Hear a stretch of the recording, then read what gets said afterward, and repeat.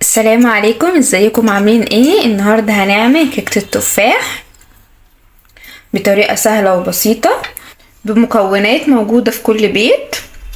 تابعوا الفيديو عشان تعرفوا انا عملتها ازاي.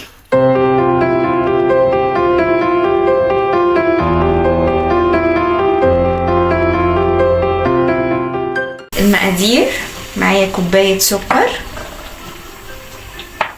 معايا بيضاية مقطعة تفاحتين نزين بيهم الصينية، ومعايا 2 فانيليا، ومعايا 1 كيك شيف، وكوباية دقيق متعدد الاستخدامات، ومعايا هنا مقطعة تفاحة وبسلقها عشان اعمل عصير تفاح منها. هنشوف دلوقتي. مقطعة تفاحتين وحطاهم في كوباية مية وبسلقهم. هي دي الطريقة. هتاخد غلوتين وهقفل عليها. هنشوف هنعمل ايه. هنبتدي دلوقتي بالوصفة. بسم الله الرحمن الرحيم. معايا الصينية. أول حاجة هنجهزها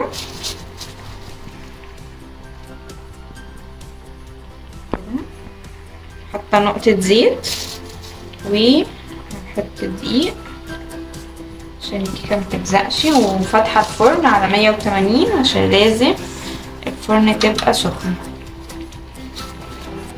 كده نمسحها كده، واللي عنده ورق زبدة يحط. انا معنديش ورق زبدة.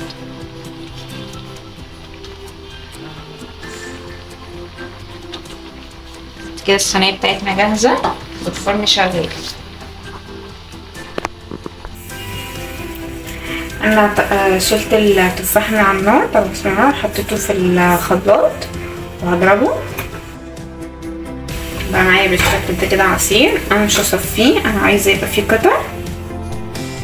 دلوقتي هنبدأ الطريقة. بسم الله. اول حاجة معانا البيضاية هنفرشها كده، وهنحط معاها 2 فانيليا. ممكن فانيليا سايلة برضو، نحط كيس كمان تدي طعم حلو قوي. بعد كده هنضرب بالمضرب. بسم الله.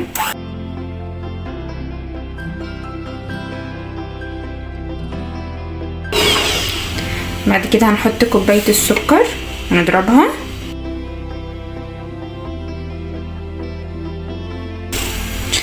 كده خلطنا السكر مع البيضة والفانيليا. هنحط عصير التفاح عملناه. الكيكة دي من غير لبن، وممكن لو اللي ما عندوش مضرب كهرباء يعملها بالسباتيلا او المعلقة.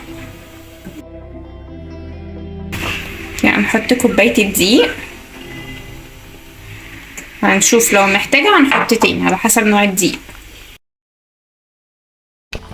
هنحط كيس الكيك شيف، نحط الكيس كله. شوف لو محتاجين دقيق تاني هنزود بالتدريج.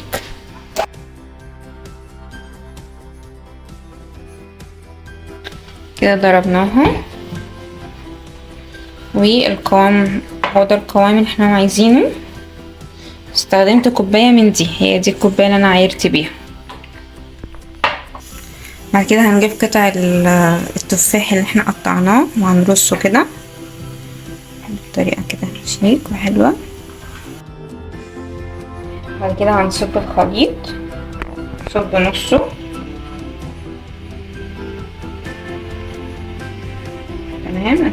بعد كده هحط تاني قطع تفاح عشان لما نيجي ناكلها تبقى ايه في النص كده، يبقى فيه تفاح.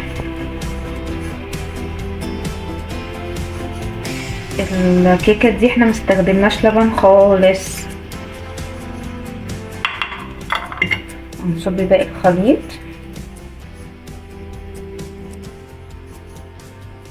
كده هنضرب كده خطتين، نستقطع الهواء، ندخلها الفرن على درجة حرارة 180 لمدة تلت ساعة، ونفتح ونختبر.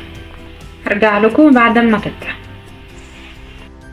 وتاني ودي الكيكة بعد ما طلعت. بصوا ما لزقتش خالص في الصينية، طالعة اهي صحيحة.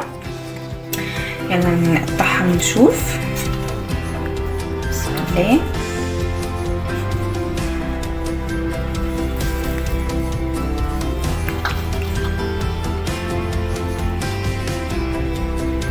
طلع هشة وجميلة.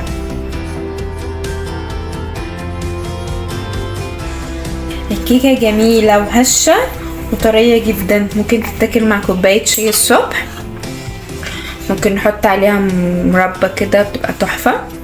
متنسوش تجربوها وتقولي رأيكم فيها، ولو عجبكم الفيديو ما تنسوش تعملوا لايك وشير وسبسكرايب. باي.